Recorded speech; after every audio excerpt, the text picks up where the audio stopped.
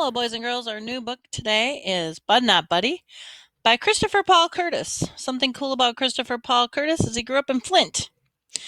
And he has this book, and When the Watsons Go to Birmingham. And he has another book, too. I have not read that one, though. So we're starting out with Chapter 1. Here we go again. We were all standing in line, waiting for breakfast, when one of the caseworkers came up and tapped him down the line. Uh-oh, this meant bad news? Either they'd found a foster home for somebody, or somebody was about to get paddled. All the kids watched the woman as she moved along the line, her high heel shoes sounding like firecrackers going off on the wooden floor. Shoot, she stops at me and said, "Are you Buddy Caldwell?" I said, "It's Bud, not Buddy, ma'am."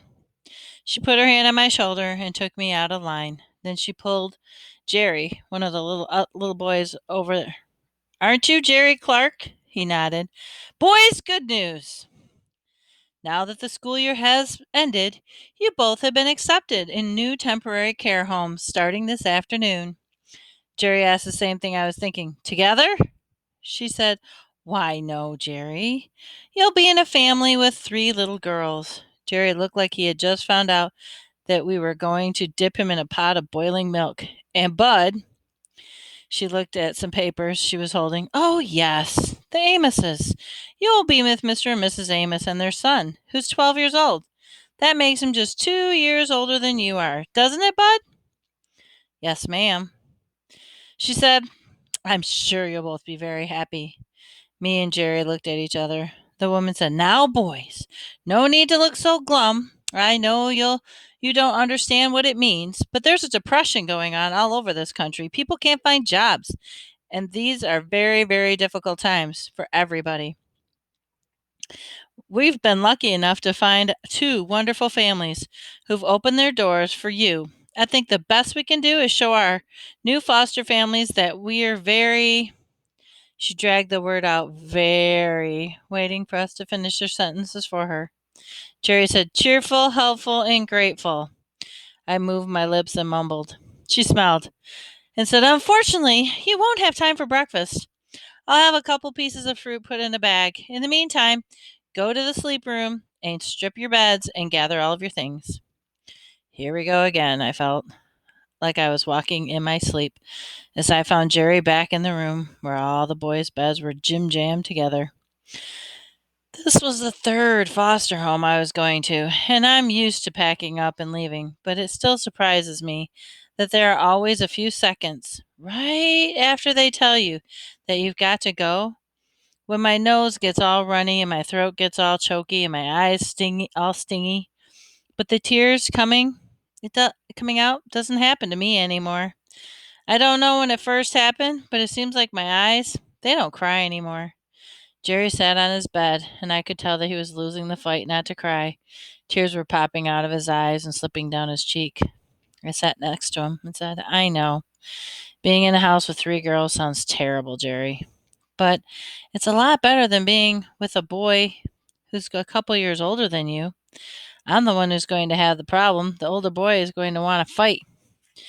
You put those little girls are going to treat you real good. They're going to treat you like some kind of special pet or something." Jerry said, "You really think so?" I said, "I'll trade you in a minute. The worst thing that's going to happen to you is that they're going to make you play house a lot. They'll probably make you be the baby, and they will hug you and do this kind of junk to you." I tickled Jerry under his chin and said, "Gaga goo goo, baby baby." Jerry couldn't help but smile. I said, "You're going to be great." Jerry looked like he wasn't so scared anymore. So I went over to my bed and started getting ready. Even though it was for me, who was in a lot of trouble, I couldn't help but feel sorry for Jerry. Not only because he was going to have to live surrounded by around 3 girls, but also because being 6 is a real rough age to be at. Most folks think you start to be a real adult when you're 15 or 16 years old, but that's not true. It really starts when you're around 6. It's at 6 that grown adults don't think you're cute any little kid anymore. They talk to you and expect you to understand everything they mean. And you best understand, too. If you aren't looking for some real trouble, because it's around 6 that grown ups stop giving you little swats and taps and jump clean into giving you slugs that'll knock you right down and have you seeing stars in the middle of the day. The first foster home I was at taught me that real quick. 6 is a bad time, too, because that's when some real scary things start to happen to your body. It's around then that your teeth start coming out loose in your mouth. You wake up one morning and you seem like your tongue is the first one to notice that something strange is going on, because soon you'll get up and it's pushing and rubbing against one of those front teeth, and it'll be doggone if that teeth isn't a little bit wiggly. And first you think it's kind of funny, but that tooth keeps getting looser and looser. And one day, in the middle of pushing back and forth and squinching your eyes shut, you'll pull it clean out. It's the scariest thing you can think of, because you lose control of your tongue. At the same time, no matter how hard you try to stop it, it won't leave that new hole in your mouth alone. It keeps digging around that spot where that tooth used to be. You tell some adult about what's happening, but all they say is, "Oh, that's normal." You can't be too sure, though, 'cause it shakes you up a whole lot more than a grown folks thinks it does, and then perfectly good parts of your body commence to loosening up and falling off you. Unless you're as stupid as a lamppost, you've got to wonder what's coming off next. Your arm, your leg, your neck. Every morning when you wake up, it seems a lot of your parts aren't stuck as good as they used to be. 6 is real tough. That's how old you are, or how old I was when I came to live here in the home. That's how old I was when Mama died. I folded the blanket and the sheet and sent them back on the mattress. When I reached under the bed to get my suitcase, most of the kids in the home kept their things in paper cloth sack, but not me. I had my own suitcase. I set it on the mattress, untied the twine that held it together.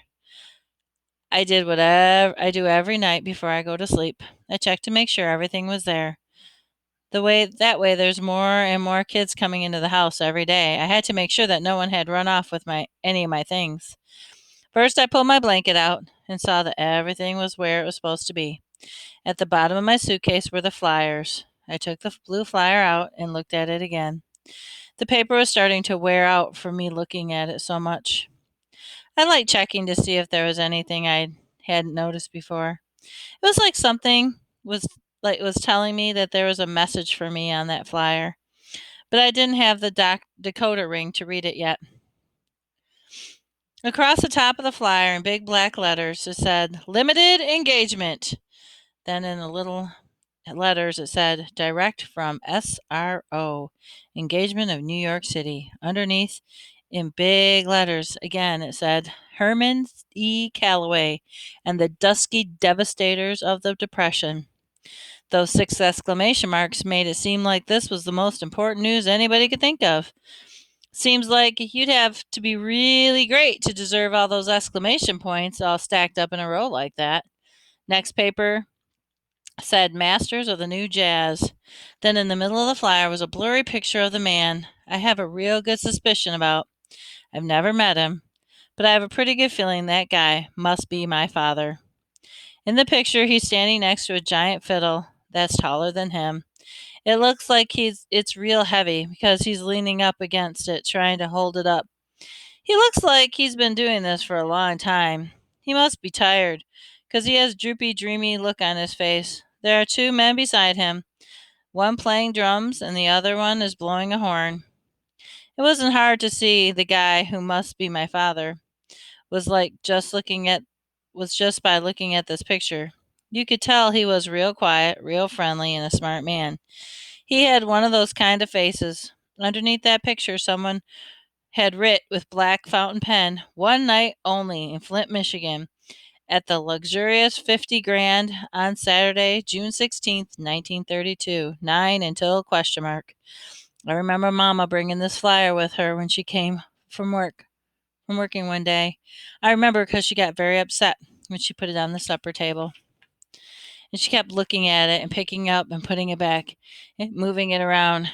It was only 6 then, and I couldn't understand why this one got her so upset. She kept 4 others that were a lot like it in her dressing table, but this one really got her jumpy. The only difference I could see between the blue one and the others was they didn't say anything about Flint on them. I remember this blue one too, because it wasn't too long after she brought this home that I knocked on Mama's bedroom door and I found her. I put the blue flyer back in the suitcase with the 4 older ones, and I put everything back in its place. I went to the big chest of drawers and took my other set of clothes out and put them in the suitcase too. I tied the twine back around my bag, and I went and sat on Jerry's bed with him. Jerry must have been thinking as hard as I was, 'cause neither one of us said nothing. We just sat close so that our shoulders were touching. Here we go again.